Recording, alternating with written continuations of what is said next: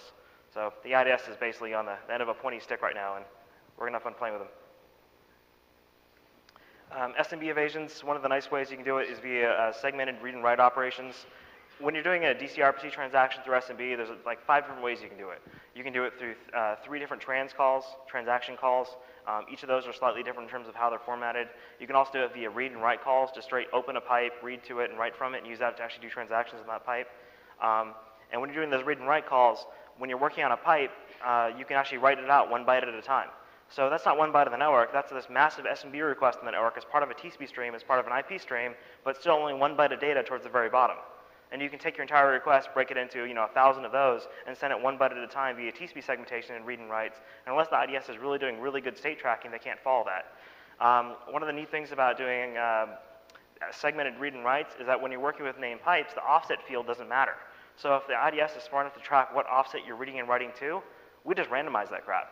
And they have to still figure that out. And they have to figure out whether you're writing to a pipe or writing to a file.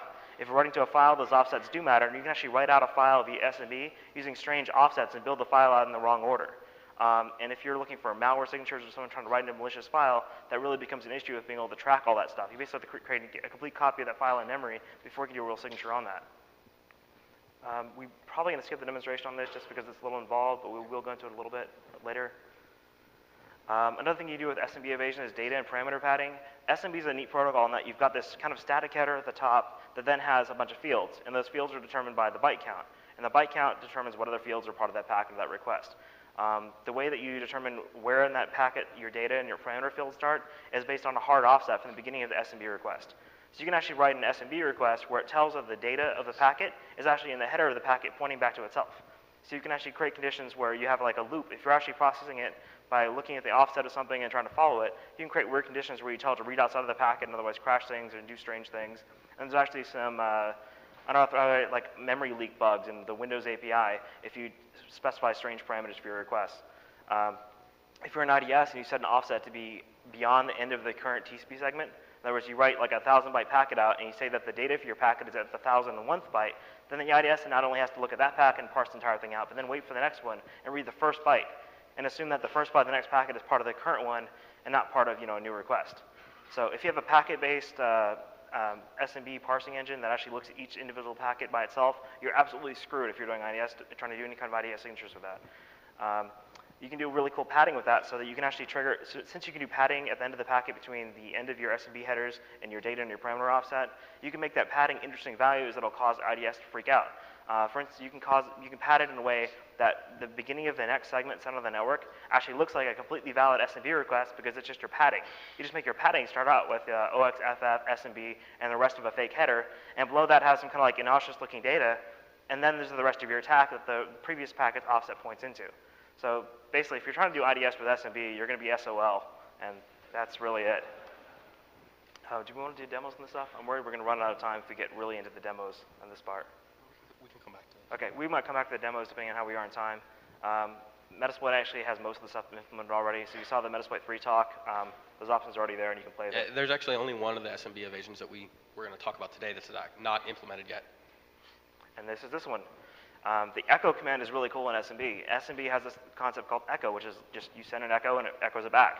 So if you want to trick the IDS into seeing something that happened or that the server looks like replies back to, you can do an echo request with the request parameter bigger than the MTU. So the segment, it actually has to break up that request across multiple segments. So if you send an echo request for a really large value, that it goes right to the MTU, followed by some data that looks like the beginning of an SMB response, then when that data gets echoed back to you, you get the first reply back with some data, and then the server replies back with an entire SMB response that's really part of echo data, but if your IDS isn't smart enough, it'll look like an SMB response to something that was never sent. Right, a great example of using that is for the DCRPC bind. So you do a bind request, and then you do an echo saying, no, the bind failed. So the IDS will see the bind failed response, and then go, okay, I no longer have to track this handle ID because the server said, no, you weren't allowed to bind to this. And then the next packet that, they'll also, so the IDS state will be different than what the operating system will actually have. And a lot of the attacks are based on the state of the IDS itself and how well it can track state. The key point in that is if the IDS doesn't track state, they can't do anything. None of these attacks are really relevant because there's so many other ways to bypass IDS. We're not even going to bother talking about them. You can just do things like TCP segments and other kind of like lower layer protocols to get around these things. If everyone's ever looked at an SMB packet capture of a transaction, you'll see the string looks like /pipe in the packet when you're doing any kind of transaction on that pipe. That /pipe string doesn't really matter. You can make that anything you like. And a lot of signatures only look for that /pipe followed by the pipe name they're looking for. In reality, you can make that, hello, my name is Bob if you want to. It doesn't really matter. And you can actually, pad that out with any string you like, or make it random, or push it past the end of them to you. All sorts of things. Do you have anything to add on that? Sorry. Yeah, same thing applies for state engine attacks. You can use that to push things past the MTU and fake responses and fake requests. I'm sure everyone here is familiar with the Unicode attack for IES. That was like the best exploit ever. You just like type something into a URL and bam, you get command execution. The way that worked is you're actually passing a Unicode character set that the operating system treated as a valid file path for .. but the web request didn't see that before it handed it off to the API. You can actually use the same types of techniques to obfuscate any path name that's part of an SMB request. So every one of those Unicode ambiguities in terms of how it parses the path or how it processes it or using Unicode character sets for path names, they all apply to SMB attacks as well. So if your IDS only looks for a certain string and a certain path name using the standard ASCII character set or the Unicode but using UTF-8, it won't be able to detect the attack if you re-encode that path name. You can also pad out those paths with things like / characters, any other valid path padding, any other kind of like Windows path padding or Windows path attacks apply to every SMB attack for the most part. But it just gets passed down to the same Win32 API that parses the path.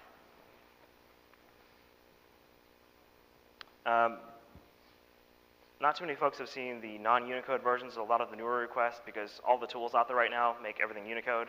But if your signature looks for, say, a username in a packet, and if you're expecting Unicode, you'll see, first byte 00, next byte 00, second byte 00, third byte, and so on.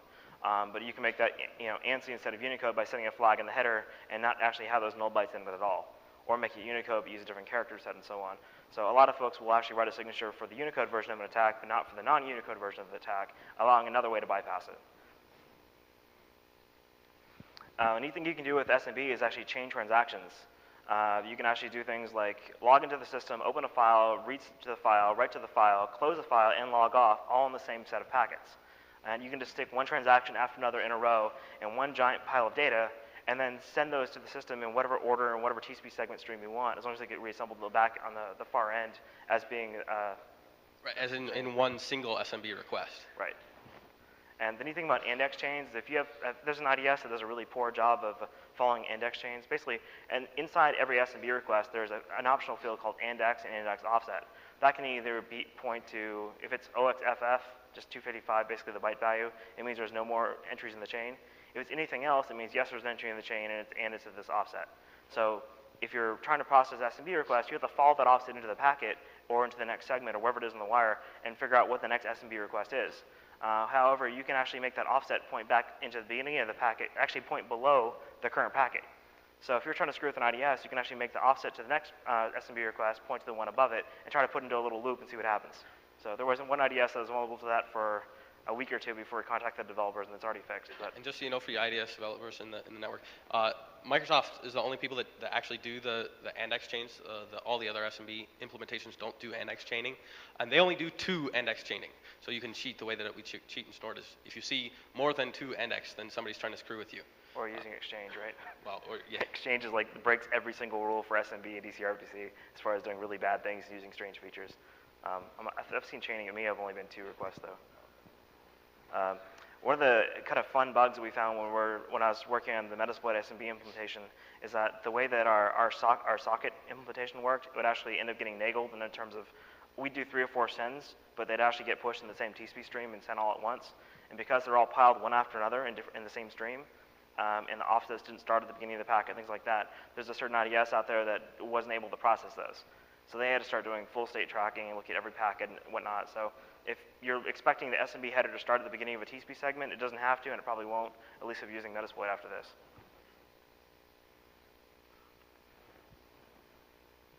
A little bit about DCRPC evasion. Does everyone know what DCRPC stands for? Okay, I forget too, so not a big deal. But DCRPC is basically the protocol used for all remote API requests in the Windows platform. If you're doing distributed comm also goes over DCRPC. So if you're looking at DCOM attack, DCOM is just an extension of DCRPC, and you can actually connect to it in many different ways. Over TCP, HTTP, UDP, SMB, a bunch of different ways via SMB. And there's all sorts of different ways to represent that DCRPC data, depending on what flags you set in the header of the request. Yeah, one of the great parts of it is the large number of different ways that you can represent the data, and all the large number of the different transports that happen. So when you look at the different IVDS evasions, you can handle all the different numbers, all the different strings are all different, and then all the different string handlings are all different. So all the different strings can be in Unicode format, while all the Unicode evasions that we've all talked about, those are all supported in DCRPC as well. And then you can fragment DCRPC requests. And then so when you add all these things up together, an IDS is either going to have to implement thousands upon thousands of signatures, or have a gigantic state machine. And oh, by the way, the Samba implementation of DCRPC handles a number of the strings differently. They don't have many of the brokenness for how they handle Unicode strings. So they're very strict about their Unicode strings.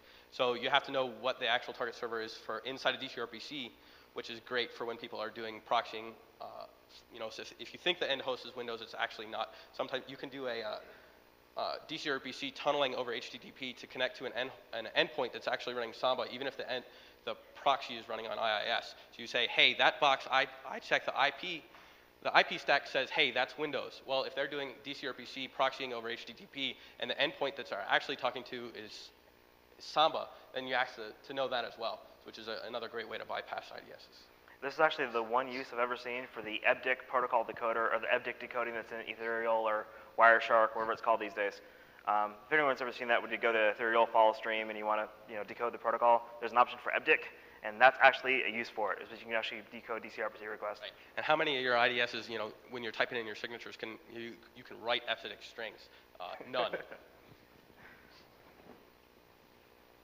So the basic how DCRPC works, you connect to a transport. So you either you connect to a socket, or you're on SMB and you say open up this pipe so you can connect to a service. Then you say I'm going to bind to a UUID. What a specific service you want to bind to. So you say I want to bind to this UUID and this version of that service. And then you say I want to call function 4, and then you pass a bunch of arguments. So the basics of how it works.